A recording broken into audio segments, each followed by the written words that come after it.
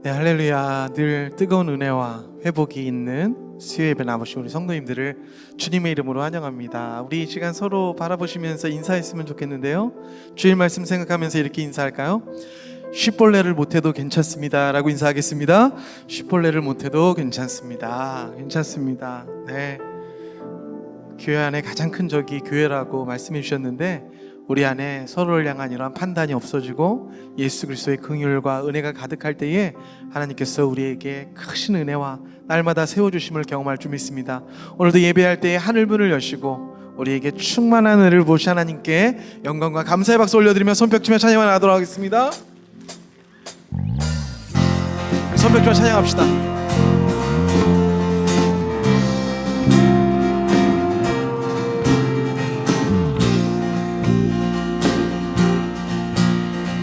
자, 우리 다 함께 태산을 넘어, 태산을 넘어 언덕에 가도 빛 가운데로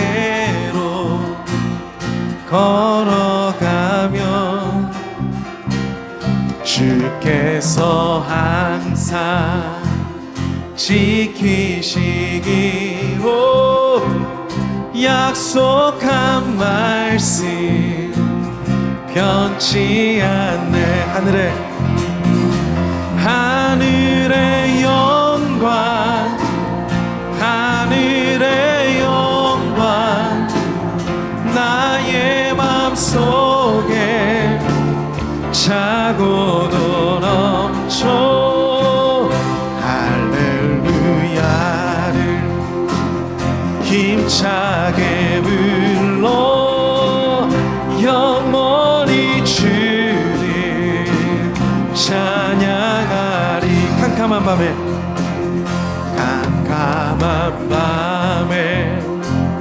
다닐지라도 주께서 나의 길 되시고 나에게 빛이 되어주시니, 빛이 되시니 우리는 길 잃어버릴 영영 없네. 다 함께 하늘의 영광, 하늘의 영광 나의 맘속에 차고도 할렐루야를 힘차게 불러 영원히 주를 아멘 찬양하리. 광명한 금이 우리의 마음에 바다 명랑한 천국 바라보고 할렐루야를 우리 힘차게 우리 빛으로 걸어가십시다. 날마다 빛에 걸어가 하늘의 영광, 하늘의 영광, 하늘의 영광 나의 맘속에 날마다 차고도 넘쳐 힘차게 할렐루야. 어떤 상황에 있어도 힘차게 불러 영원히 주를 찬양하 하늘의 영광, 하늘의 영광 나의 맘속에 날마다 차고도. 자, 우리 힘차게 할렐루야를 힘차게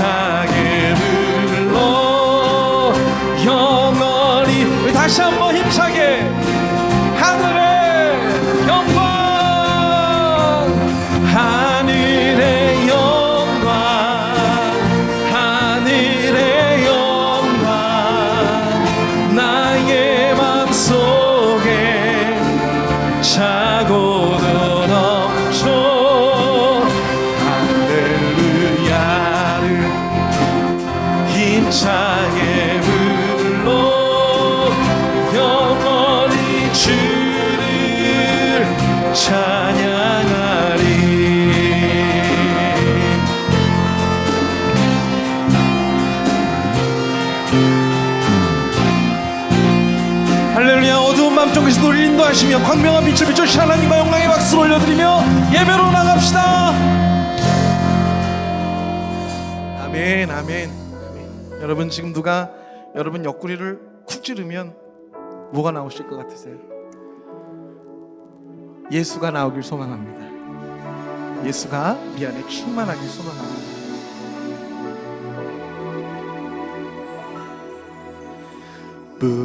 무명이어도 공허하지 않은 것은 예수 안에 난 만족함이라. 가난하여도 부족하지 않은 것은 예수 안에 오직 나는 부요함이라. 고난 중에도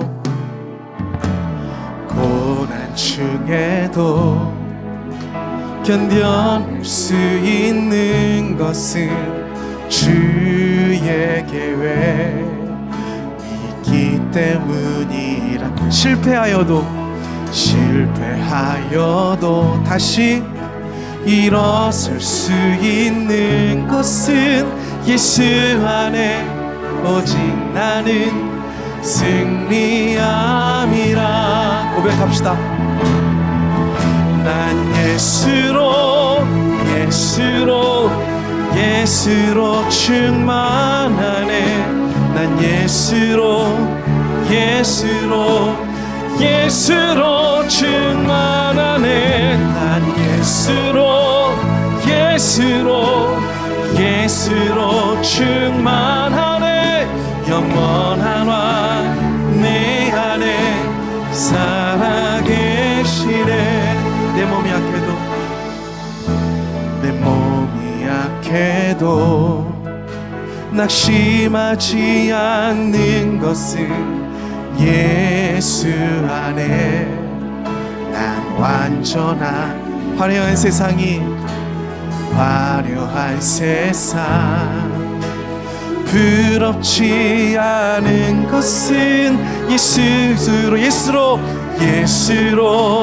충만함이라. 우리 다 함께 예수로. 난 예수로 충만하네. 난 예수로 충만하네. 난 예수로 충만. 영원한 왕 내 안에 살아게. 난 예수로 충만하네. 난 예수로 세상 모든 부럽지 않네. 난 예수로 영원한 왕께서 영원한 왕 내 안에 살아. 다시 한번 난 예수로 충만합니다. 주님, 난 예수로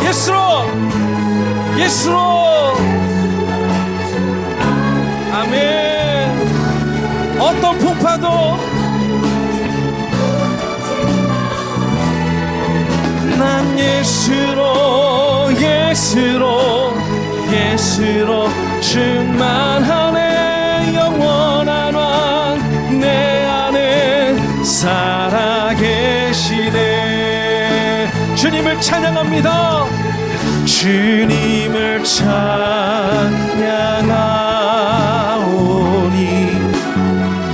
주님을 경배하오니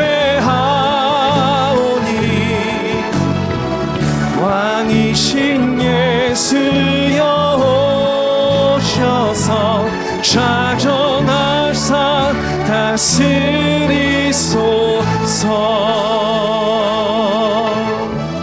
예수님 우리 왕이요, 예수 우리 왕이요, 우리 왕이 되어 주시옵소서. 이곳 내 삶의 왕이 되어 주시옵소서. 자로 주여 임하사 찬양을 받아 주소서. 주님을 찬양하오니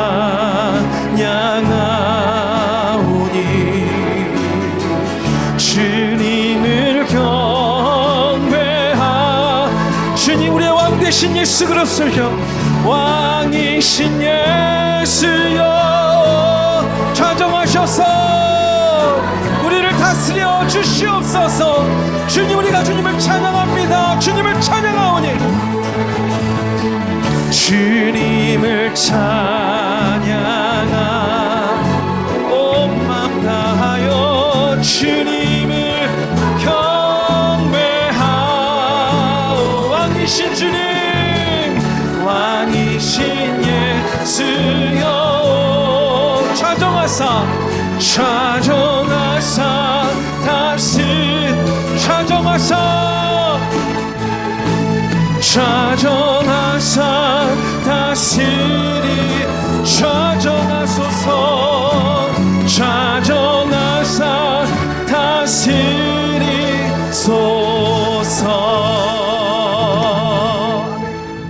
이 시간 함께 기도하며 나아가십시다. 오늘 예배를 놓고 기도하며 나갈 때 주님, 이 시간 저의 왕으로 좌정하여 주시옵소서. 제 삶의 왕이 되어 주시옵소서. 오늘 이 시간 우리의 예배를 받아주시되 특별히 하나님, 여전히 사사시대와 같이 나의 방법과 나의 소견대로 옳은 대로 가려고 하는 나의 죄를 이 시간 하나님께서 회개하게 하시며 오직 예수 그리스도의 왕 되심을 믿고 나아갈 때 주께서 주시는 평강과 회복과 치유를 경험하는 예배가 되게 하여 달라고, 성령으로 충만하여 달라고 우리 주여 한번 부르며 기도하며 나가겠습니다. 기도합니다. 주여, 감사합니다. 주님, 오늘 주님께 나와 예배합니다. 우리 주 예수 그리스도의 이름을 높여드립니다. 하나님, 우리의 삶이 주님께 속하여 있습니다. 나의 것이 아닙니다. 주님, 오늘 시간 우리를 자정하여 주시옵소서. 주님 아버지 하나님, 우리의 왕이 되어 주셔서 이 세상의 모든 소견에 오른 대로 행하는 자들이 아니라 오직 말씀을 따라가는 자들이 되게 하여 주시옵소서. 주님, 우리가 주님 앞에 나왔습니다. 우리의 심령을 토하며 하나님이 여전히 돌아오라고 말씀하시는 그 음성에 들으며 하나님, 제가 여기 있습니다. 우리의 가정과 나를 주님께서 붙들어 주시고 우리의 교회를 주님께서 사랑하여 주시니 오늘도 왕이 되어 주시옵소서. 좌정하여 주시옵소서. 우리를 다스려 주시옵소서. 하나님 감사합니다. 주님을 찬양합니다. 경배합니다. 하나님 감사합니다. 오늘도 하나님께서 기뻐하시는 이 예배 자리로 우리가 나왔습니다. 주님, 이것이 바로 세상의 사람들이 따르고자 하는 소견에 옳은 대로의 신앙이 아니라 오직 예수 그리스도를 왕으로 모시는 신앙인 줄 믿고 하나님 앞에 감사를 드립니다.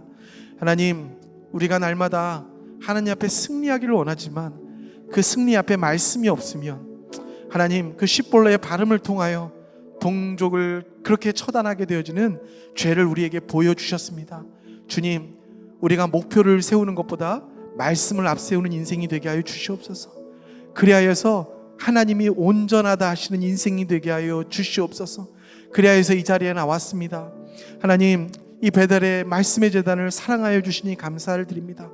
매주 주일마다 매일 모든 성도들이 큐티를 하며 말씀을 앞세우며 살아나가려고 애쓰는 삶 가운데 하나님께서 그 말씀의 힘으로 능력으로 역사하여 주셔서 하나님, 세상이 승리하지 못한 승리들을 맛보며 살아가는 우리 베델의 말씀이 되게 하여 주시옵소서. 아버지 하나님, 우리 베델교회가 다음 세대를 품게 하시고 실제로 많은 다음 세대를 우리 교회에 보내주시니 감사드립니다. 하나님, 지금도 전쟁이 곳곳에서 일어나고 있고 기후와 난민과 경제와 가정 문제들을 누구도 풀 수 없어서 소리를 지으며 아우성하고 있을 때에 우리 자녀들에게 특별한 단일에게 주셨던 하늘의 총명을 허락하셔서 그 모든 문제를 풀어내는 다음 세대들이 되게 하여 주시옵소서. 그리하여서 열방이 하나님께로 돌아오는데 쓰임받는 다음 세대들이 되게 하여 주시옵소서. 하나님 아버지, 다음 세대뿐만 아니라 모든 기성세대들이 함께 예배에 나와 충만한 은혜를 누리며 하나님 앞으로 나올 때마다 한없이 주시고 후히 주시고 꾸짖지 아니하시는 하나님의 은혜를 경험하며 세워지는 모든 성도들이 되게 하여 주시옵소서. 아버지 하나님, 금요일부터 있을 부흥회를 하나님 앞에 올려드립니다. 하나님께서 이때에 성회로 모이게 하셨사오니 우리가 함께 말씀 앞에 마음을 모으고 함께 모여 우리가 함께 그 집회로 나아갈 때에 하나님이 예비하신 특별한 은혜를 우리 가정과 교회에 허락하여 주시옵소서. 오늘 조태호 목사님의 시리즈 마지막 시간이 되었습니다. 주님, 그 예레미야의 마음이 우리에게 전달되게 하여 주시고 오늘도 말씀을 들을 때에 회개 자리로 나아가 하나님 앞에 회개하며 하나님이 길을 여시는 놀라운 은혜의 말씀이 되게 하여 주시옵소서. 모든 순서를 주님 앞에 올려드리오며 예수 그리스도의 이름으로 기도하옵나이다. 아멘.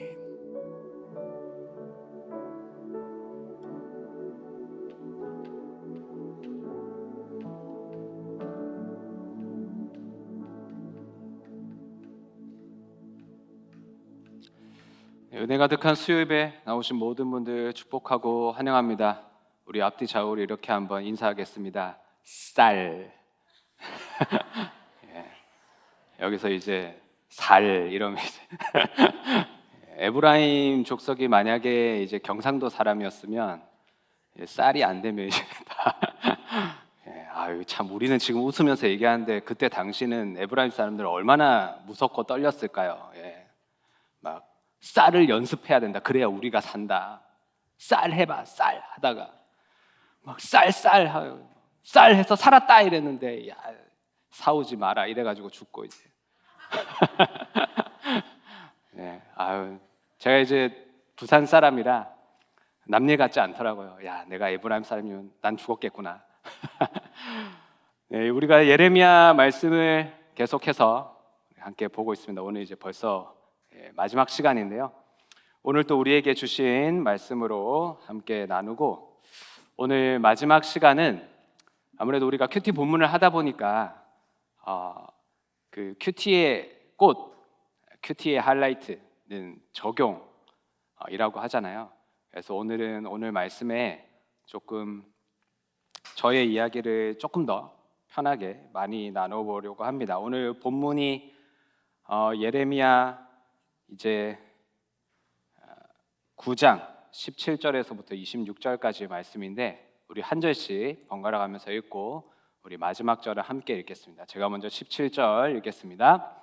만군의 여호와께서 이와 같이 말씀하시되 너희는 잘 생각해보고 곡하는 부녀를 불러오며 또 사람을 보내 지혜로운 부녀를 불러오되 그들로 빨리 와서 우리를 위하여 애곡하여 우리의 눈에서 눈물이 떨어지게 하며 눈꺼풀에서 물이 쏟아지게 하라.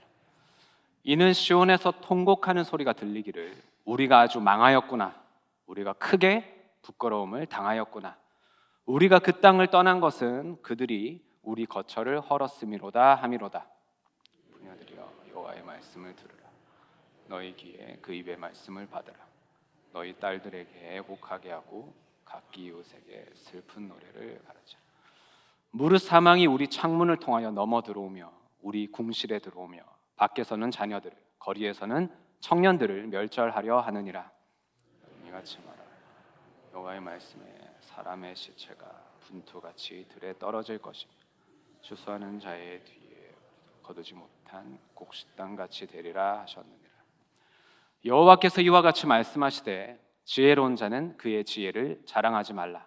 용사는 그의 용맹을 자랑하지 말라. 부자는 그의 부함을 자랑하지 말라. 자랑하는 자는 이것으로 자랑할지니 곧 명철하여 나를 아는 것과 나 여호와는 사랑과 정의를 행하는 자인 줄 깨닫는 것이라. 나는 이 일을 기뻐하노라. 여호와의 말씀.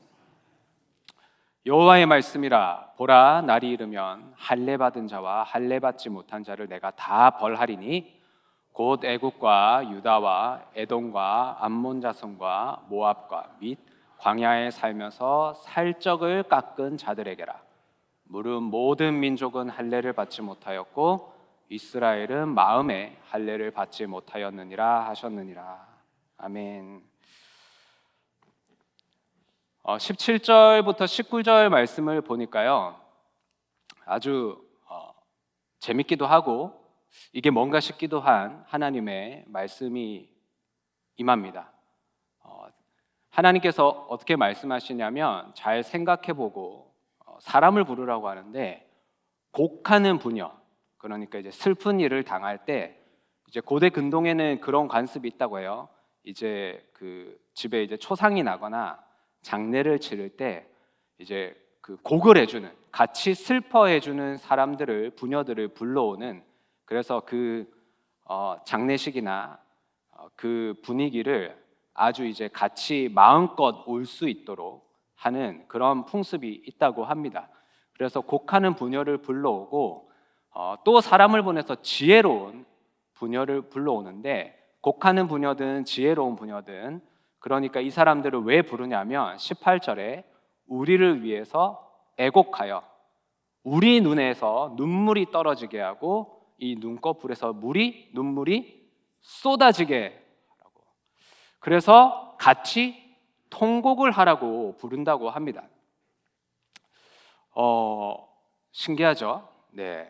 그러니까 이 곡하는 부녀든 지혜로운 부녀든 불러서 우리를 위해서 먼저 애곡을 해주는데, 그러면 이제 우리 마음도 동해서 맞아, 나 지금 울 때고 슬퍼할 때지 라는 분위기를 만들어주면 이제 참아왔던 눈에서 이제 눈물이 떨어지고 눈꺼풀에서 물이 쏟아지는 것처럼 눈물이 흐르게 하면서 같이 이제 터져 나오는 통곡을 같이 하게 해라.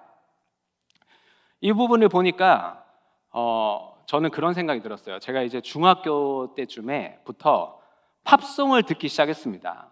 중학교 때 이제 그 팝송 정도는 들어줘야 이제 학교에서 약간 좀 있어 보이잖아요. 그래서 나는 이제 중학생이고 영어를 배우기 때문에 팝송을 듣는다. 그러면 외국 팝송을 이렇게 들어보면 이제 가사의 뜻이 궁금해지지 않습니까? 가사 뜻을 이렇게 찾아보면 내가 누구를 사랑하거나 그리워하는데, 이 미국 사람들은 가사를 쓸 때 기본적으로 온 자연과 막 내 마음에 폭풍이 치고 태풍이 불고 뭐가 다 휩쓸어 가고 하늘의 해와 달과 별과 온 우주와 이런 것들을 다 끌어다가 내가 이렇게 막 사랑하느니, 내가 이렇게 그리워하는, 내 마음이 이렇게 막 터질 것 같느니, 이렇게 가사를 쓰더라고요. 그러고 나서 전에 되게 어색했어요. 그게 뭘 그렇게 이렇게 난리야. 뭐 사랑 고백 안 하면서 온 우주 만물이 난리를 치고 태풍이 불고 폭풍이 불고 파도가 치고 막 이래요. 그래놓고는 이제 가만히 생각을 해. 우리나라는 가사를 어떻게 쓰지? 라고 이제 사랑 노래나 이런 걸 보면 되게 이런 식이에요. 내가 왜 이러는지 몰라. 이런 도대체 왜 이런지 몰라. 이렇게 우주 만물과 자연을 끌어담아서 이렇게 표현하기보다는 그냥 이렇게 내 마음에 이렇게 꽁꽁 쌓여 있는 거. 그리고 그냥 이렇게 뭔가 연민해. 그리고 뭔가 이렇게 좀 미어지는 마음을 내 속에 가둬두고, 괜히 이거를 꺼내면 저 사람이 상처받을까 봐 나 혼자 해결해야지. 약간 이런 가사들이 많은데 그게 저에게 더 와닿더라고요. 그런 경험 없으십니까? 혼자서 외국 팝송을 많이 들으세요? 우리나라 트로트를 많이 들으세요? 어느 노래가 더 우리의 마음에 이렇게 와닿고 미어지게 하면, 한국 정서가 좀 그런 것 같아요. 그래서 이 말씀이 되게 좀 와닿지 않는 것 중에 하나는, 어쩌면 우리 안에 있는 정서가 곡하는 부녀와 지혜로운 부녀를 불러서 그 사람이 우리를 위해서 애곡해 주는 게 우리는 어색해요. 그죠? 누가 내가 슬픈 일 있을 때 찾아와가지고 뭔가 나는 지금 마음이 이거 미어지는 거를 이렇게 나는 속으로 이렇게 참아내고 해결하면서 붙잡고 있는데, 오히려 누가 이렇게 더 난리를 치면서 막 울어. 그러면 슬픈 건 난데 왜 지가 이렇게 약간 어쩌자는 거야. 지금 나는 근근히 마음 붙잡고 있는데 왜 이러나. 그런데 그 애곡이 시작될 때 우리 기억을 한번 잘 더듬어 보면 정말 나를 위해서 같이 슬퍼해 주는 사람이 있을 때 그때 우리 안에 이 내가 끝까지 붙잡고 있던 어떤 마음이 딱 풀어지면서 같이 부둥켜 안고 울며 통곡한 기억이 있으십니까? 그래서 이 말씀에 곡하는 부녀와 더불어서 지혜로운 부녀라고 하는 부분이 와닿았어요. 어떤 부분이 와닿았냐면 나를 위해서 울어줄 사람이 필요하구나. 그리고 함께 마음을 통하고 위로하기 위해서는 지혜로운 사람이 필요하구나. 내 마음이 열리기 위해서는 정말 그 지혜로운 부녀, 지혜로운 여인, 지혜롭고 현숙한 나이가 지긋한 어떤 분이 와서 내 어깨를 쓰다듬어주고 내 등을 토닥거려주고 안아주고 같이 나를 위해 먼저 울어주기 시작할 때 거기서부터 내 마음이 동하기 시작해서 나도 참아왔던 그 눈물이 터지고 같이 통곡하는 것. 하나님께서 원하시는 것은 나 괜찮아요. 나 아무렇지도 않아요. 나 하나님 앞에 바로 살고 있죠. 나 당당하죠. 떳떳하죠. 이런 것도 필요하겠지만 지금 하나님이 너한테 나 슬픈 일을 줬는데 너 지금 되게 회개하라고 내가 힘든 사건을 허락했는데 그 가운데서는 우리가 마음껏 어쩌면 통곡하고 애곡하고 고걸하고 눈에서 이 눈꺼풀에서 물이 쏟아지듯이 울 일이 있는데 그것을 하지 못하면 다른 사람, 지혜로운 사람, 애곡과 이 애도를 할 줄 아는 사람, 공동체, 지혜로운 자, 신앙의 현숙한 사람들의 도움을 받아서라도 우리는 울 일에, 슬퍼할 일에 슬퍼할 줄 알아야겠구나. 이어서 20절을 보면요, 하나님이 그 지혜롭고 애곡을 하는 부녀들에게도 말씀하세요. 왜냐하면 부녀들이요 여호와의 말씀을 들으라. 너희 귀에 그 입에 말씀을 받으라. 말씀을 들으라. 말씀을 받으라.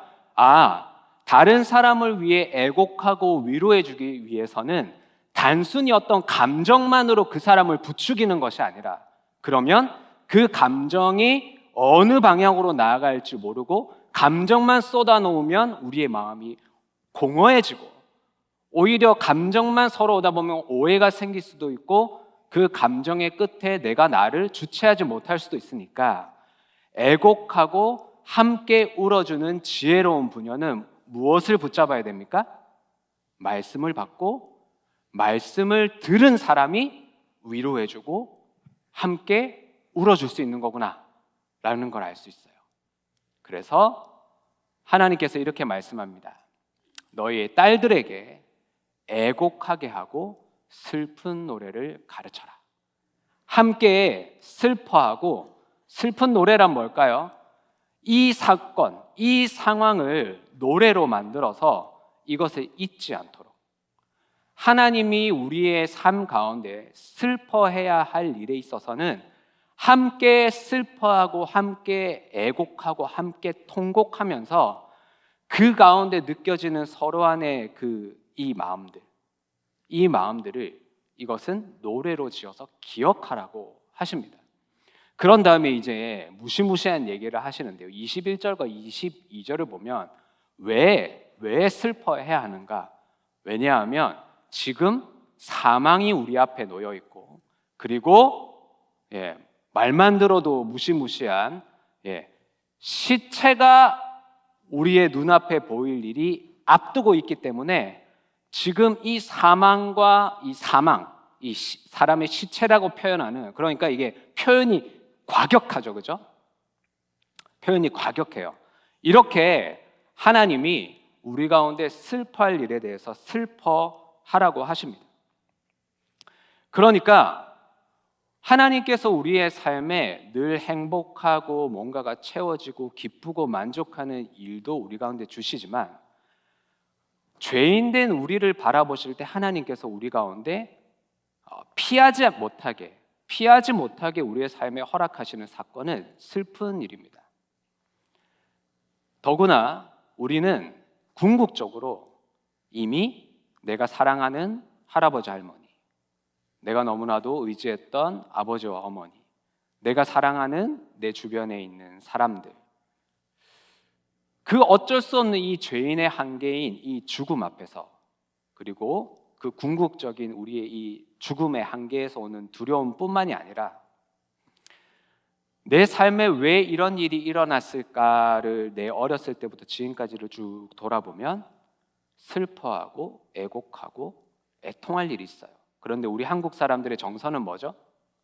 어쩌면 건강한 우리 안의 표현은 내 슬픔을 온 우주와 자연과 내 눈물을 쏟아지는 폭포에 비유를 하고 뭐 다 휘어 삼킬 듯이 몰아치는 파도와 이런 것에 표현을 해서 우리가 이렇게 나는 이런 슬픈 일이 있었다, 나는 이렇게 마음 아픈 일이 있었다, 이걸 또 노래로 지어서 기억을 할 수 있도록. 그러니까 우리는 그거 그냥 덮어놓고 괜찮아, 괜찮아, 뭐 다른 걸로 만회하면 되지, 뭐 저 사람도 슬픈 일이 있는데 뭐 더 슬픈 사람도 뭐 저렇게 잘 살아가고 있는데 뭐 나 이런 걸 가지고 뭐 그렇게 죽는다고. 어쩌면 우리는 하나님이 너는 슬퍼해라, 좀 고글해라, 아파할 일을 좀 아파해라, 그리고 마지막에는 그 슬픔의 끝에 말씀을 듣고 말씀을 받아서 네가 어떠한 죄인인지를 깨닫고 그 죄인된 삶의 안에 어떠한 죄가 그 죄성으로 드러났는지. 지금 이스라엘 백성이 예레미야를 통해서 듣는 것은 하나님은 이스라엘 백성의 자기 백성이 죄를 지음에도 회개하지 않고 돌이키지 않음을 참으실 수가 없으니까 자꾸 이렇게 하나님은 적극적으로 하나님의 스케일로 하나님의 포기하지 않는 사랑으로 과격하게 회개하지 않으면, 회개해야 할 일에 회개하지 않으면 사망이 너를 덮어, 시체가 나뒹굴어. 그 결과는 죽음이야, 사망이야, 무서운 거야. 회개하지 않는 인생 끝에는 나의 약속된 천국이 아니라 지옥불이 기다리고 있어. 하나님은 하나님의 스케일로, 하나님의 정직하심으로, 하나님의 공의로, 하지만 포기하지 않는 사랑으로 우리에게 말씀하시는데 우리는 자꾸 그 액면가의 말만 듣고 어떻게 하나님이 저런 얘기를 하실 수가 있어? 왜 하나님 자꾸 겁죠? 왜 이렇게 자꾸 사람을 이렇게 무섭고 두렵게 만들어?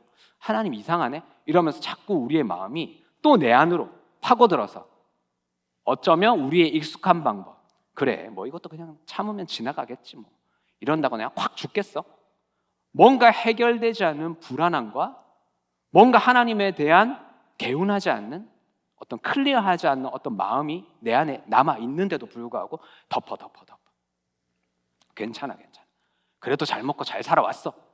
굳이 지금 와서 이런 얘기를 왜 슬프고 힘든 일을 굳이 꺼내? 이제 다 지나갔는데 사실은 해결이 안 돼 있는데도. 그리고 하나님은 또 다른 사건, 또 다른 일들을 통해서 그거 너 울면서 회개해야 될 일인데, 그거 다시 꺼내어서 직면해야 될 일인데, 그래서 해결 안 되는 부분들이 있는 건데 라고 끊임없이 우리에게 말씀을 하시지는 않을까요? 주의 말씀에 우리가 또 입다와 에브라임 족속 간의 안타까운 이야기를 들었습니다. 입다가 왜 그랬을까? 그런데 입다의 그 출신에 대한 그 한마디의 설명이 저에게는 그냥 클릭이 됐어요. 입다가 누구 아들이죠? 그 어미의 이름도 밝히지 않는 기생의 아들이었습니다. 기생이 뭐 하는 사람인지는 아시죠? 그런데 입다가 왜 그렇게 자기 자존심이 강해서 말도 안 되는 서원을 하고, 서원이 잘못된 거를 깨달았으면 이게 아닌게벼 이렇게 한마디만 하면 되는데 왜 그렇게 자기 자존심이 하나밖에 없는 딸의 목숨보다 중요했을까? 왜 그렇게 자기 안에 해결되지 않는 감정? 목사님 말씀하셨잖아요. 지금 자기 딸이 불로 지나가는 일을 겪고 난 다음에 입다가 그 슬퍼할 일에서 애곡하고 애통하면서 내가 미쳤나 보다, 내가 죽어야 되는데 왜? 이 나의 해결되지 않는 이 열등감이 우리 딸을 죽음으로 내몰았고 우리 동족을 살상하는 비극적인 일이 본인이 맞습니다. 에브라임 사람들이 아무리 욕을 해도 맞아요. 저는 기생아들이에요. 그래서 열등감이 많아요. 저는 왜 이렇게 안 될까요? 하면 오히려 에브라임 사람들이 곡하는 부녀와 지혜로운 부녀의 역할이 되어서 아유 아닙니다. 저희도 뭐 그러면서 같이 곡을 하고 같이 슬퍼하면 함께 회개해 슬픈 노래가 그들의 인생 가운데 기념비 같이 세워지지 않았을까요? 근데 그거 한마디를 못하는 거예요. 네가 날 무시해? 아무도 무시 안 했는데. 그러니까 저한테는 그게 와닿는 거예요. 저희 아버지는 아들 딸린 다른 아줌마랑 바람이 나서 저희를 버리고 도망쳤어요. 그러면 아버지가 없이 자란, 이혼한 가정에서 자란 제 안에 어떤 마음들이 있을까요? 열등감이 있죠. 비교의식이 있죠. 상처가 있죠. 그래서 그것을 제가 뭐 공부를 잘해서 좋은 학교를 가고 그리고 정말 좋은 집안에 결혼을 해서 그렇다고 해서 제가 이게 벗어나질까요? 그걸로 만회를 하면 저는 이제 그 모든 일들이 다 해결된 걸까요? 그렇지 않죠. 그러면 과거에 그런 가정에서 그런 아버지를 만나게 한 하나님이 잘못됐다고 나 스스로가 인정해버리는 거예요. 하나님은 과거에는 나한테 실수를 하셨고 아버지가 바람필 때도 하나님이 막아주지 않으셨고 이혼한 가정에서 태어나서 내가 어렸을 때 그렇게 금식하고 철야를 하면서 아버지 돌아오고 우리 가정 합치게 해달라고 기도한 거는 결국 응답이 안 됐으니까 그 하나님은 뭔가 나에게 잘못하신 하나님이고 이후에 내가 공부 잘하고 학교 잘 가고 직장 잘 가고 결혼 잘해서 과거를 잊었다. 이제 나는 새로운 삶을 살았다. 그러면 이거는 제대로 된 하나님이고 하나님이 정신을 차리신 거고 이렇게 생각을 하니까 내 인생이 해석이 안 되는 거예요. 그러면 내가 사람들을 만날 때, 친구들을 만날 때, 아내와 대화할 때, 우리의 가정과 처가 가정이 서로 간에 무언가가 있을 때 지금 나라는 사람이 그 열등감과 그 비교의식과 그 수치감에서 자유로울 수 있나요? 아니라는 거죠. 아내가 무슨 한마디만 하면 제 안에 뭐가 일어나겠습니까? 저게 나를 무시하는구나. 쭈쭈쭈 우리 집안을 무시하네? 제 안에 그런 마음이 일어나겠어요? 안 일어나겠어요? 그런데 그 일어나는 내 이 삶의 여러 가지 부분들 친구와의 관계에서도 끊임없이 선을 그어놓고 나 너한테 이만큼 하니까 너도 이거 이상 넘어오지 마. 그게 어떤 마음에서 제가 상처받지 않으려고 어려서부터 저를 너무 보호하려고 싸다 보니까 사람에게 진실되게 행하고 사람과의 관계에서 서로 실수할 수도 있는데 제가 스스로 용납을 못하는 거예요. 그러니까 누군가는 나에게 따뜻하게 손을 내밀어 그 사람이 그냥 있는 그대로를 그러면 내가 좋아하는 모습과 안 좋아하는 모습이 같이 보이겠죠. 마음을 열었으니까 있는 그대로를 대하니까. 그런데 저는 그게 갑자기 싫은 거예요. 불쾌한 거예요. 왜 나한테 실수해? 나는 온 힘을 다해서 다른 사람한테 피해 안 끼치려고 이렇게 사는데 그럼 결국 관계에서 문을 닫은 거는 누구예요? 그 사람이에요? 저거든요. 그런데 나는 왜 외롭지? 나는 왜 내 인생에 죽고 싶을 때 새벽 2시, 3시에 잠을 이루지 못해서 내가 살아야 되나 죽어야 되나 왜 살아야 되지? 그 마음이 들었을 때 제 전화기 안에 수백 개의 연락처가 있고 수많은 사람들에게 내가 잘해줬다고 생각을 하면서 나는 친구가 많아. 나는 관계를 잘해. 다른 사람에게 나 성격 좋다는 얘기 많이 들었어. 그런데 정작 나는 왜 새벽 2시, 3시에 정말 내 인생에 죽고 싶을 때 편하게 전화할 수 있는 사람 한 명이 없는가? 그게 제 인생의 결론이었어요. 내 친구들은 그렇게 중학교, 고등학교 친구들은 술 먹고 전화해가지고 한 말 또 하고 한 말 또 하고 태연아 내가 미안하다. 그러면 저는 이제 그러죠. 미안하면 전화를 하지 마. 왜 미안한 짓을 나한테 해? 그런데 걔네들은 그냥 내가 친구니까. 근데 저는 그런 친구가 저한테 새벽에 막 울면서 전화하고 술 먹고 전화하고 이러면 너는 더 이상 내 친구 아니야. 스스로 너는 나한테 선을 지키지 않는구나. 너는 무례하구나. 그러니까 이렇게 나는 정말 마음 터놓을 친구도 없고 가족들한테도 가족을 무시하기나 하지 가족들이랑 서로 편하게 지낼 생각도 없고 그러니까 자꾸 외톨이가 혼자 돼서 이 내 마음이 이 꽁한 마음 상처받은 마음이 그래? 아무도 날 무시하지 않았는데 너네들이 날 무시해? 보여주겠어. 공부를 열심히 해야지. 돈을 많이 벌어야지. 성공해야지. 번듯하게 살아야지. 그리고 잘 사는 모습을 보여줘야지. 그렇게 한들 결국 내 안에 해결하지 않는 마음들은 하나님께서 왜 그 시간을 허락하는지를 내가 이해조차 하지 못하니까. 그러면 하나님이 저에게 곡하는 부녀와 애곡하는 지혜로운 자들을 붙여주세요. 교회 안에서 말씀을 받고 그 말씀으로 자기의 삶을 나누고 서로의 진심을 통하되 서로의 장점과 단점과 좋은 점과 연약한 점이 서로 말씀 안에서 공동체 안에서 지체 안에서 서로 나누어지는 사람들을 보게 해주셨어요. 있는 그대로 나누고 뒤돌아서서 다른 말 하지 않고 가면 쓰지 않고 서로의 욕심과 이기심으로 대하는 것이 아니라 진심으로 있는 그대로.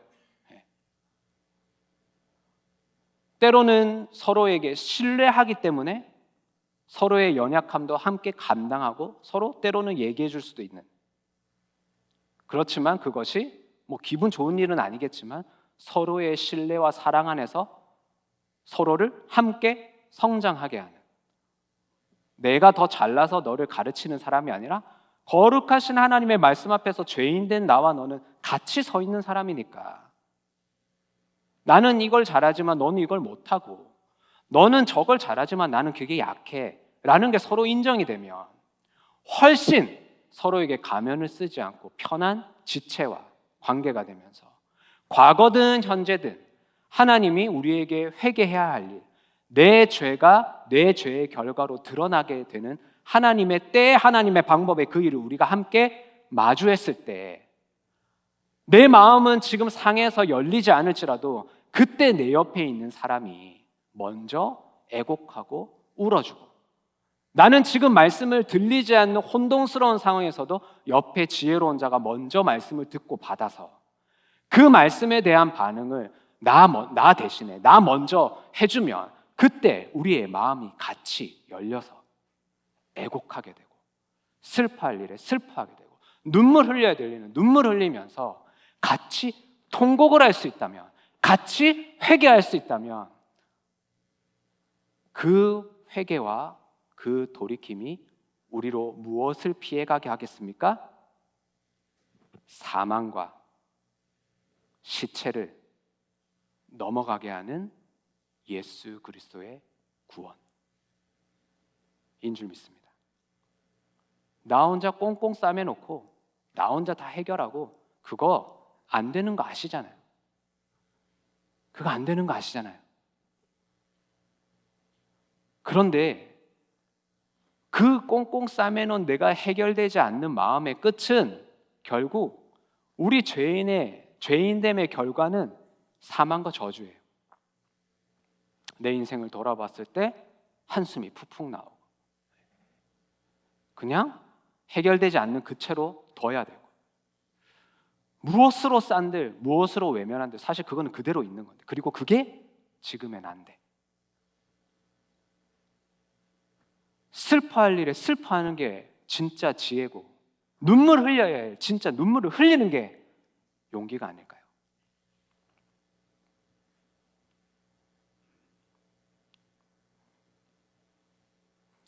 그 내용입니다. 어떻게 슬퍼해야 하냐면요, 우리 같이 한번 파란색 글씨 읽어보겠습니다. 시작. 우리가 아주 망하였구나. 우리가 크게 부끄러움을 당하였구나. 우리가 그 땅을 떠난 것은 그들이 우리 거처를 헐었음이로다. 그 다음 파란 글씨 시작. 사망이 우리 창문을 통하여 넘어 들어오며 우리 궁실에 들어오며 밖에서는 자녀들을 거리에서는 청년들을 멸절하려 하느니라. 사람의 시체가 분토같이 들에 떨어질 것이며 추수하는 자의 뒤에 버려져 거두지 못한 곡식당같이 되리라. 이렇게 이런 슬픈 노래를 가르치라고 했어요. 그러니까 슬퍼할 일에는 아이고 죽겠네, 아이고 죽겠네를 할 줄 알아야 된다는 거죠. 그게 건강한 거랑. 제가 신혼 때 진짜 은혜 받은 한 커플을 만난 그 너무나도 기억이 강력해서 지금도 잊지 못하는 분들이 계세요. 그 저희 아내가 이제 첫째 임신을 했을 때 입덧도 너무 심하고 이게 이제 애가 조산기가 있어서 한 달 반을 병원에 입원했을 때가 있었어요. 근데 어쨌든 저희가 신혼 때 많이 싸웠습니다. 그래서 뭐 병원에 있으면 또 병원에 있으니까 또 싸울 일이 있더라고요. 그래서 이제 저는 그 아내가 이제 그 입원해 있는데 병원 밥 먹기가 너무 싫다고 그래가지고 그 근처에 있는 어느 식당에서 이제 먹을 거를 사오려고 이렇게 이제 더 싸우고 싶지 않아서 아내 눈치를 막 보고 있으니까 막 비위를 맞춰주려고 하는데, 여러분 입덧하고 그 병원에 지금 아기 조산 때문에 누워 있는 아내의 비위를 맞출 수 있는 남자가 이 세상에 있을까요?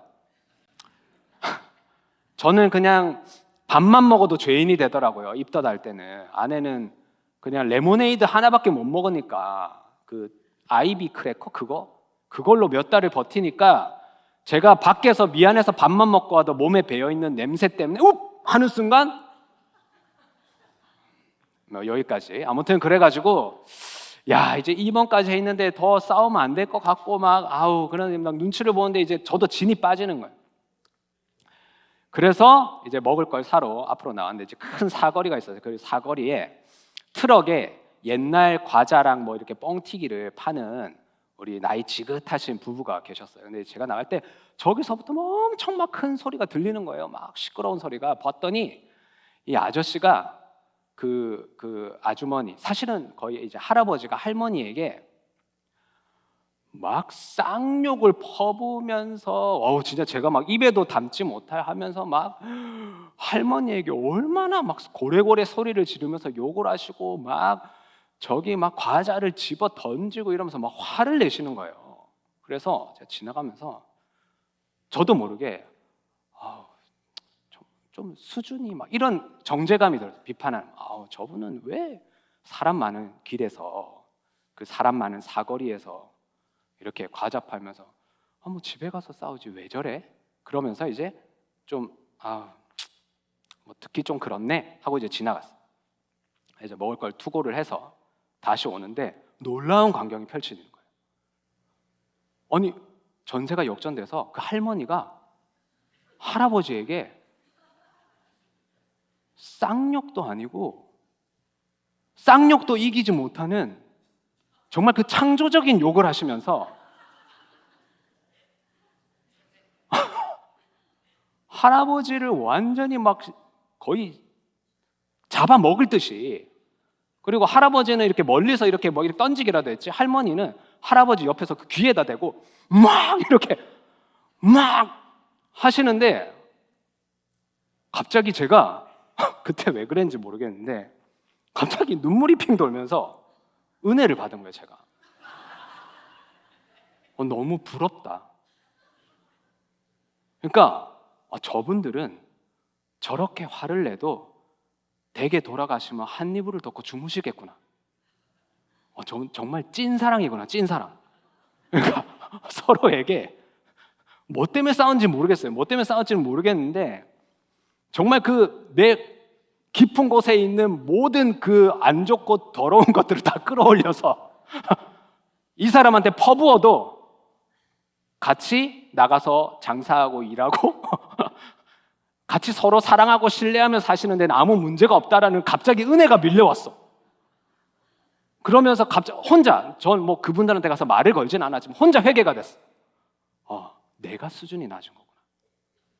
나는 지금 우리 아내와 서로 저 크고 작은 일에 감정 하나 맞닿지를 못해서 서로 눈치 보고 불편하고 힘들면서 결국은 나만 생색이 막 쌓여가고 불만이 많아지고 내가 어쩌다가 이런 생각만 가득한데, 그분들은 일의 거리낌도 없이 서로 사랑하는 상대방에게 내 안에 있는 모든 것을 다 부어서 너에게 들려주겠어, 내 마음에 어떤 게 있는지 다 끌어내어서 너에게 하겠어, 넌 받아. 그리고 순서가 바뀌니까 오케이, 끝났어? 이제 my turn. 오냐, 너 잘 걸렸다 하는데도 서로 사랑. 그래서 제가 그 다음부터 그 사거리에 그 과자 파시는 그 트럭만 보면 막 마음에 도전이 되고 은혜를 받고, 막 그분 이렇게 가는 게 아니라 진심으로 그 두 분을 바라보면서 리스펙합니다. 리스펙합니다. 저도 배우고 싶습니다. 저는 저희 아내가 그냥 무섭기만 할 뿐입니다. 어떻게 하면 그렇게 하실 수 있나요? 마음속으로. 그게 너무 강렬해가지고 이 설교를 들으실지는 모르겠지만 두 분 존경합니다. 어떠세요, 여러분?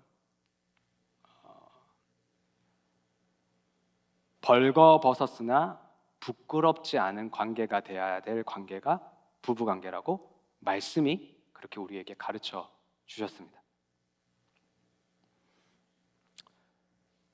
판단되고 미워하고 정죄하고 무시하고, 그래 내 팔자지, 팔자, 내 운명이지, 뭐 내가 그렇게 그냥, 성경에서 우리에게 그렇게 가르쳐 준 적은 한 번도 없습니다.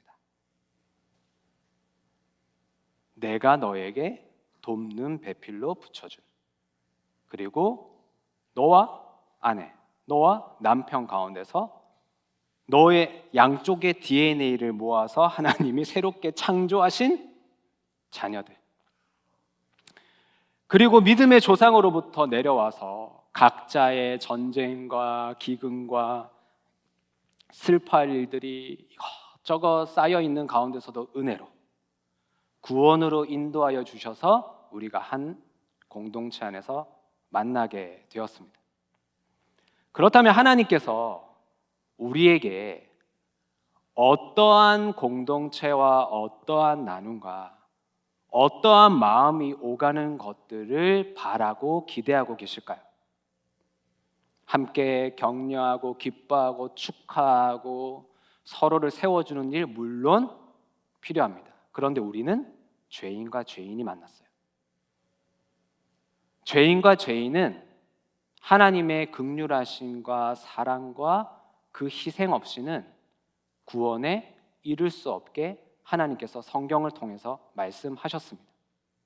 예수 그리스도의 십자가의 그 순종, 그 희생 없이는 하나님과 우리 간에 이 막혀있는 관계의 길이 열리지 않습니다. 그리고 우리는 예수 그리스도의 사랑과 은혜를 받아 그의 제자로, 그의 자녀로 살겠다고 고백하며 살아가는 사람들입니다. 그러면 우리의 삶에 놓여있는 천국에 이르기까지, 구원에 가기까지의 그 십자가의 예수님의 길을 걸어가는데 물론 함께 기뻐하고 축하하고 즐거울 일들이 있죠.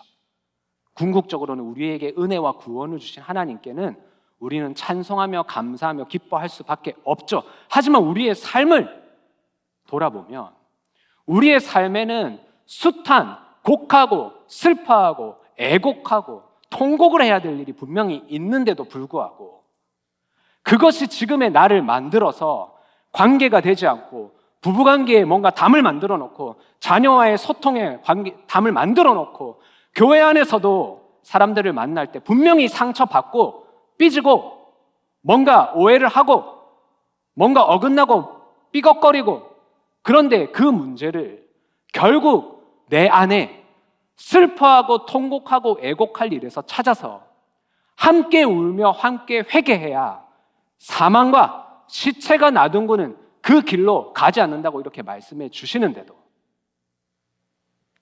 아유, 자존심이 있지. 지금까지 내가 이렇게 해놓은 교양이 있는데 꽁꽁 또 틀어맞고, 어유 이거 자칫하면 내가 들키겠네. 더 멍을 막 싸. 막 성품으로 싸고 막 그 표정으로, 난 성품이 좋아야 돼. 난 착해야 돼. 나는 공정해야 돼. 공정해야 돼. 되지도 않는 나의 그 연약함을 자꾸 다른 것으로, 나는 그래도 성실해서 공부 열심히 했으니까, 이렇게 해놓은 게 있으니까 그걸로 안 되는데, 안 되는 게 있는데 끝까지 나를 편하게 꺼내지 못하고, 그러면 결국은 하나님이 또 무언가 내 삶의 일들이 일어나요. 관계 가운데 어떠한 사건으로 인해서 더 아주 하나님 방식으로 강력하게 얘기를 하면, 우리의 죄성이 사망에 망했다, 끝났다, 다 죽었다, 시체가 나뒹구는 것처럼 내 삶에 널브러져 있는 그 수많은 아픔과 상처들이 내 삶에 일어나는데도 이거는 남한테 보이면 안 돼, 들키면 안 돼. 근데 하나님 뭐라고 하세요? 같이 고글해라, 같이 슬퍼해라. 그러한 슬픈 일들을 하나님의 말씀으로 듣고 받아서 내 인생이 해석된 사람들, 그 지혜로운 사람들이 교회 공동체 안에 있어.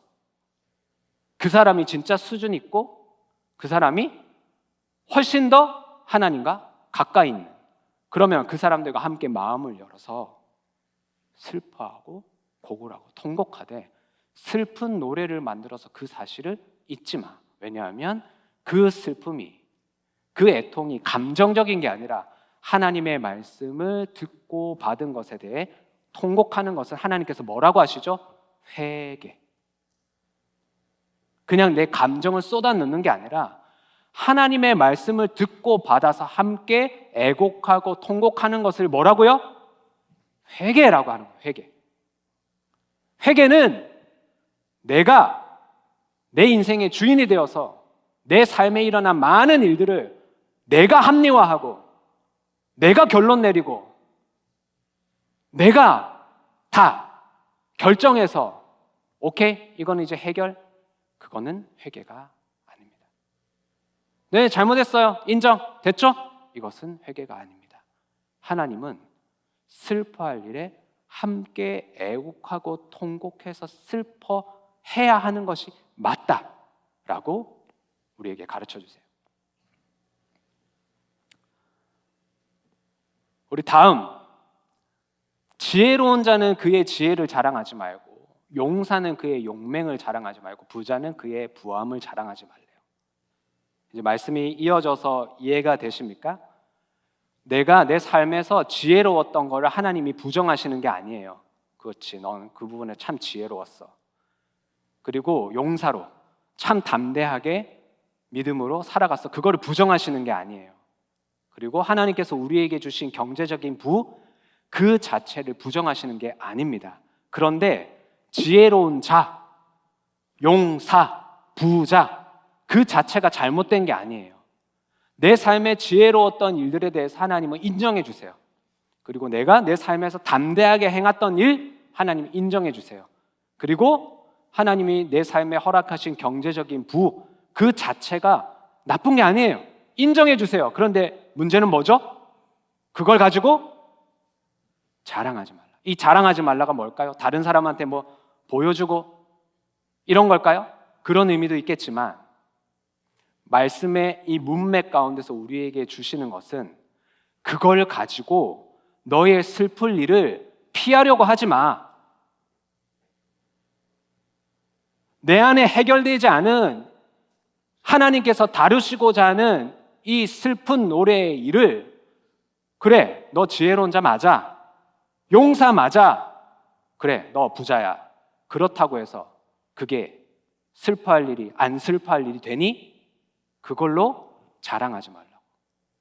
그걸 자랑해서 슬퍼할 일을 슬퍼하지 않는 사람이 되면 결국 그 문제는 사망과 시체가 나뒹구는 내 삶에 슬프고 너무나도 안타까운 일들이 눈앞에 있는데도 나는 이렇게 지혜로운 거 잘했는데, 나 이렇게 담대하게 믿음으로 살아왔는데, 그리고 하나님이 나한테 이렇게 부르주셔. 나 그렇게 뭐 아쉬운 거 없는데, 그렇게 슬퍼하지 않아도 사는데 큰 문제 없는데, 스스로 그것을 자랑하면서 나는 괜찮아, 나는 지나갈 수 있어, 덮어도 돼. 하나님은 자꾸 그 부분에 대한 회개를 원하시는데도 나는 뭐 살만한데, 괜찮은데, 나 그래도 믿음이 있는데, 그렇게 자랑하지 말라고 하세요. 자랑은 이것으로 하라고 하십니다. 24절에 우리 노란색 글씨 같이 한번 읽어보겠습니다. 시작. 명철하여 나를 아는 것과 여호와는 사랑과 정의와 공의를 땅에 행하는 자인 줄 깨닫는 것. 할렐루야. 하나님의 하나님 되심을 아는 것이 명철입니다. 왜 내가 그러한 가정에서 태어나서, 왜 그러한 어린 시절을 겪고 친구 간에 있었던 상처, 내가 자라면서 겪었던 수많은 일들에 하나님은 한 번도 실수가 없으셨다를 아는 것이 명철입니다. 하나님은 내 인생에 완전하시다. God is good all the time. 그게 정말로 내 삶에서 인정이 되는 것. 내가 지혜롭고, 내가 좀 믿음으로 담대했고, 내가 좀 이뤄놓은 거 있는 거, 그것만으로 하나님 영광 받으세요가 아니라, 하나님 저런 이런 아픔과 상처가 있지만 이게 웬일이에요. 내가 회개하고 나니 그 슬픔을 가지고 슬퍼해야 될 일에도 꽁꽁 싸매고 있는 사람에게 순간 내가 누가 됩니까? 곡하는 부녀로, 지혜로운 부녀로 나를 사용하시는. 그러면 또 누군가를 통해서 내가 깨닫지 못했던, 내가 슬퍼해야 할 일을 또 이것이 저는 교회고 공동체임을 믿습니다. 그리고 그것이 우리 안에 함께 나누어지고 공유가 될 때 비로소 우리는 명철을 얻는 자가 되어서 하나님을 안다고 할 수 있습니다. 하나님은 내 인생에 한 번도 실수하신 적이 없습니다. 그것을 내 삶에 좋은 일들을 갖다 놓고, 힘든 일 갖다 놓고, 자, 싸워서 이게 더 많지? 그러면 하나님은 좋은 하나님, 이게 아니라 그 모든 나의 인생에 하나님은 한 번도 실수하신 적이 없다. 하나님은 나의 그 모든 인생을 통하여 나와 우리 가정에 하나님의 구원을 반드시 이루어 내셨다. 우리의 회개를 받아 내셨다. 하나님은 옳으시다. 하나님은 선하시다. 하나님은 완전하시다. 이것을 아는 것. 그리고 무엇이죠? 하나님은 나를 향한 사랑과 정의와 공의를 나와 우리 교회와 우리의 가정과 이 땅 가운데 행하시는 분이시다. 이것을 자랑하라고 하십니다. 마지막 세 번째 단락인데요. 하나님이 이렇게 말씀하셨습니다. 날이 이르면 할례 받은 자와 할례 받지 못한 자가 다 벌을 받는데요. 그런데 애굽, 유다, 에돔, 암몬, 모압, 광야에 살면서 살적을 깎은 자들까지. 이게 되게 충격적이죠? 이 말씀을 그냥 있는 그대로 나에게 가져온다면 우리가 늘 피하는 게 있어요. 내가 더 믿음 좋아. 내가 더 신앙생활을 열심히 해. 나는 믿고 너는 안 믿어. 그런데 하나님의 거룩하심 앞에서 우리 죄인들은 사실 그 죄에 대해서 똑같다. 할례는 내가 교회 다닌다. 내가 뭐 신앙생활을 몇 년을 했다. 뭐 이런 걸로 되는 게 아니라 할례는 마음에 받아야 된다고 하시는데요. 이 26절의 이 파란색 글씨의 순서가 저는 되게 와닿았어요.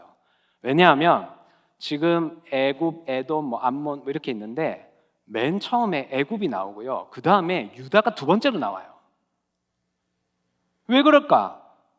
고민을 해봤어요. 근데 당시에 이 시대에 이 남유다가 왜 멸망을 하냐면요.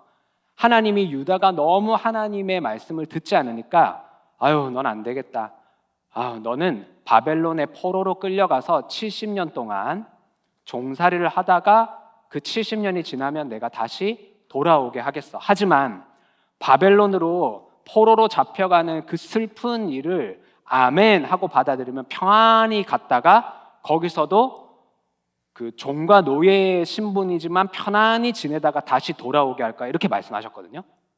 그런데 유다가 바벨론으로 포로를 끌려가는 것을 거부하고 하나님이 그렇게 선지자를 통해서 말씀하셨는데도 순종하지 않고 그런 일은 나한테 일어나면 안 돼 하고 손 벌려서 우리 도와주세요, 동맹합시다 라고 했던 나라가 어딘지 아세요?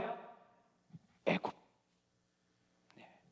순서가 의미가 있는 거예요. 그래서 할례 받은 자와 할례 받지 못한 자를 다 벌하는데 여기서도 이 순서만으로도 우리가 묵상할 수 있는 영역이 그렇게 넌 믿음 없어, 난 교회 다니고 넌 교회 안 다니잖아 하면서도 정작 우리의 삶에서 내가 먹고 살 일, 내 자녀가 걸린 일, 내 이득이 걸린 일 앞에서는 우리가 세상 사람들과 똑같이 하면서 그럴 때는 이게 지혜인 것처럼 다들 이렇게 살아내야 한다는 것처럼 하나님이 보실 때는 그 모습이 얼마나 가증스러울까요?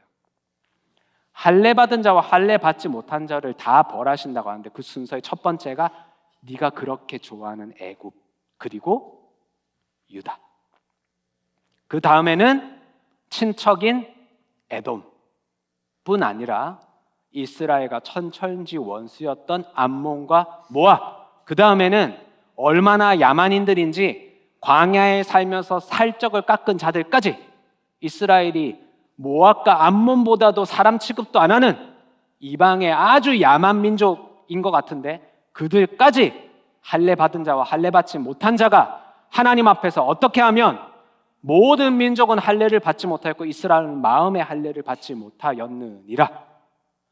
하나님께서 회개해야 할 일로 주셨는데 회개하지 않는 사람은 네가 그토록 정죄하고 판단하고 비방하는 그 믿지 않는 사람, 아니면 와 믿지 않아도 저렇게 세상에서 성공하고 잘나는 사람이면 내가 좀 의지하고 따라가고 싶다고 하는 애국까지 다 똑같다. 죄인은 다 벌을 받아야 하고 사망에 이르고 시체가 나뒹구는 결과밖에 없는데 하나님은 지금 이 말씀을 우리에게 주시는 것이 너 죽어라, 너 죽어라 라고 말씀을 주시는 것 같습니까? 살 길이 있다니까, 살 길이 있다고 라고 주시는 말씀 같습니까? 하나님의 구원에 있어서 차별은 없습니다. 우리가 거룩하기 위해 이방 사람들과 구별되는 것과 이 차별을 혼동해서는 안 되겠죠. 그래서 끊임없이 나를 보호하고 나를 감싸기 위해서 남 탓을 하고 뭔가 비교해서 내가 더 괜찮아, 난 잘 살고 있어 라고 하는 그것들이 우리에게 소용이 없습니다. 하나님이 이 말씀으로 우리 안에 있는 그 무언가를 자꾸 건들고 찌르고 계세요. 오늘 말씀을 같이 한번 정리해 보겠습니다. 애곡하고 슬픈 노래를 부를 줄 알아야 한다고 했습니다. 그래서 슬퍼할 일에 슬퍼하시고 그리고 그것을 인정하고 함께 회개할 수 있어야 합니다. 지혜와 용맹과 부함, 그것을 부정하는 것이지 아니면 그것으로 자랑하면 안 된다고 했어요. 그래서 하나님의 선하심과 하나님의 사랑과 정의와 공의가 내 삶에 온전히 이루어졌다라는 그 고백이 명철이라고 하셨습니다. 마지막 할례는 육체적 할례가 아니라 마음의 할례를 받아야 한다고 하셨어요.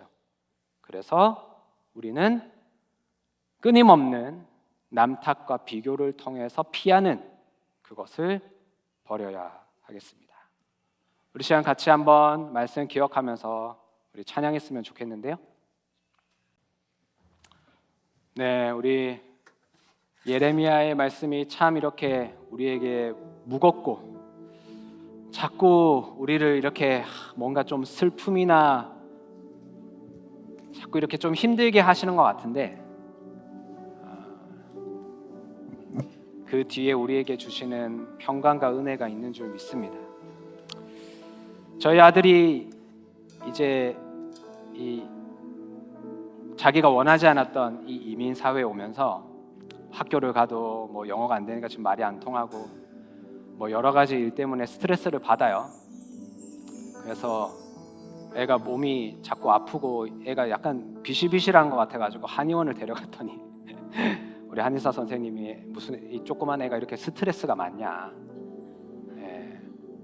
되게 이제 얄미워 빠진 동생 때문에도 스트레스를 많이 받고, 그런데 이제 아무래도 이렇게 본인 아들의 이야기를 해주시면서 그런 것들이 이 아들이 겪고 있는 것 같다라고 하는데 이렇게 좀 아빠로서 마음이 미어지더라고요. 그런데 우리 아들이 저한테 그냥 본인이 힘든 거를, 본인이 스트레스 받는 거를 그냥 뭐 짜증이든 아니면 뭔가 얘기를 하든 이렇게 풀면 오히려 제가 마음이 편하더라고요. 근데 이 조그만 게 이 가르쳐 주지도 않은 장난병이 벌써 있어가지고 지가 스스로 그거를 하고 삭히려고 하고, 뭔가 이렇게 같이 뭐 큐티하거나 이야기하면서 뭐 힘든 일 있어? 슬픈 예레미야 하니까 하면 뭔가 그 고민을 하는데 말을 하지 않는 걸 보면 이게 제가 오히려 마음이 미어지더라고요.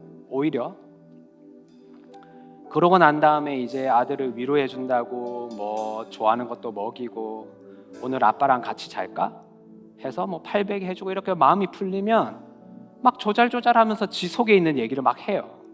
그러면 저도 마음이 너무 편해지고 풀어지더라고요. 그래, 뭔가 내가 해결해 줄 수 없는 영역이 있더라도 또 이곳 가운데서 하나님이 허락하신 감사와 기쁜 일들을 발견할 수 있게 되고, 서로가 아버지와 아들이라는 그런 것들을 떠나서 한 지체로서 함께 뭔가 이렇게 의지도 되고 같이 위로도 하고, 그러면 서로 그런 마음을 나눌 수 있을 때 우리 안에 주신 감사하고 기쁜 일들도 더 건강하게 받아들일 수 있게 되고 참 신기한 일들을 또 경험을 하게 되는데, 우리 하나님 아버지께서 우리를 보실 때 내 마음에 있는 그런 것들을 스스로 이렇게 꽁꽁 싸매고 속으로 혼자 삭히고 있는데, 그게 나의 회개와 구원과 연결된 일이라면 우리 하나님이 얼마나 가슴앓이를 하실까라는 그런 마음이 들었습니다. 근데 아이에게는 그게 너무 힘든 일이잖아요. 나 힘들어, 나 어려워, 이 말을 하기가 너무 어려운 아들을 보면서 나도 내 하나님 앞에서 하나님, 저 너무 힘들어요, 저 너무 아파요, 저 이것 때문에 계속 뭔가 해결이 안 돼요. 그런 부분들이 참 이렇게 예레미야를 묵상하면서 계속 와닿는 것 같습니다. 우리 같이 찬양하고 오늘 말씀에 대한 주신 마음으로 같이 한번 기도했으면 좋겠습니다. 이제는 내가 없고, 이제는 내가 없고 오직 예수님만 내 안에 살아계신 오직 예수님만 찬양하며 살리라, 예배하며 살리라. 내 안에 계시는 오직 예수. 이제는 내가 없고, 이제는 내가 없고 오직 예수님만 내 안에 살아계신 오직 예수님만 찬양하며 살리라, 예배하며 살리라. 내 안에 계시는 오직 예수님만. 주님은 나의 주님은 나의 아바 아버지, 내 상한 영혼 만지시고, 주님은 나의 하늘 아버지, 나의 모든 것 주님께 맡기리.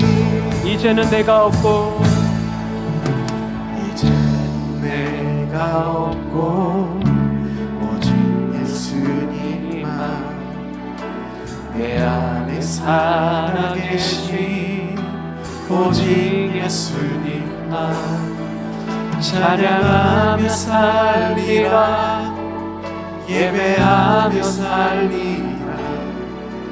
내 안에 계시는 오직 예수님만. 나의 완전하신 아버지는 나를 아프고 힘들게 하려고 그 이야기를 말씀으로 꺼내시는 것이 아니라 회복시키고 싸매시고 고쳐주시고 살려주시기 위해서 그런 줄 믿습니다. 이 시간 말씀이 나의 어떤 부분들을 만지고 건들고 계십니까? 우리 그 말씀에 반응하며 우리 다 함께 주여 한번 부르짖고 함께 기도하겠습니다. 주여!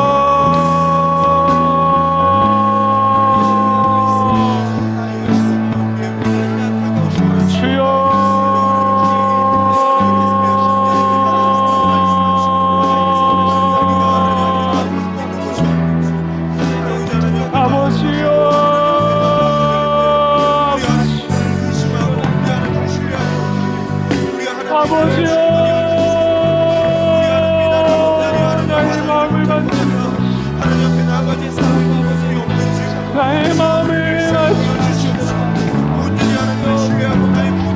주여 용서주시고 하나님을 아는 명철을 허락하여 내 삶의 하나님이 완전하시고 실수하신 적이 없으시고 온전하시고 완벽하시다는 것, 내 삶의 잘된 일들과 자랑할 일들과 슬퍼할 일과 곡할 일과 모든 사망에 이르는 것 같은 죽을 것 같은 일과 하나님이 오르심을 인정받으시고 찬양받으시고 영광을 받아 주시옵소서. 우리의 마음을 만지시고 싸매시고 회복시키시고 사용이 원하시옵소서. 주여 단 한 번의 실수가 없이 나의 삶을 인도하시고 그 하나님의 오르심을 그 하나님을 믿는 믿음이 우리의 삶에서 고백되게 하여 주시고 나에게 허락하신 다른 사람들의 하나님 상처와 아픔과 이제 내가 곡하는 부녀가 되고 지혜로운 부녀가 되었고 함께 울어주고 함께 싸매고 함께 슬퍼하고 함께 통곡하는 그런 공동체가 되게 주시옵소서. 덮어놓고 잘 믿는 척하는 공동체가 아니라 함께 울며 곡하며 함께 사랑하는 공동체가 되게 하여 주시고 우리 교회가 우리의 가정이 내 마음속에 있는 것들을 솔직하게 꺼내 받아주고 함께 감당하고 함께 위로하고 함께 살아가고 함께 감사하며 함께 하나님을 찬양할 수 있는 그런 교회가 되게 하여 주시옵소서. 주여 우리를 살려주시옵소서.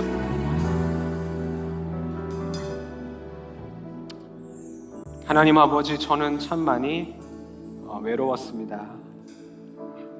슬픈 일들이 많았고 눈물 흘릴 일이 많았지만 어느새부턴가 마음을 닫아두고 나를 지키려고 하고 다른 사람들에게는 선을 긋고 담을 쌓으며 살았습니다. 그런데 그 뜻모를 외로움과 공허함이 왔을 때 누구에게도 말하지 못하고 하나님도 오해하고 있어서 그 하나님께도 솔직한 내 마음을 토해내지 못하는 많이 아프고 많이 병들고 많이 힘든 자가 바로 저였음을 봅니다. 하지만 하나님, 저에게 곡하는 부녀와 지혜로운 부녀들을 보내주셔서 감사합니다. 처음에는 이 사람들이 왜 이러나?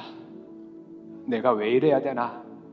나를 방어하고 또 그 사람들을 비판하고 정죄하기에 바빴지만 함께 울고 함께 아파하고 곡을 하면서 그 마음의 연민과 슬픔이 회개로 이어졌고 그 회개가 되니 내 삶에 하나님의 오르심과 선하심이 새롭게 보이는 명철이 주어짐에 감사드립니다.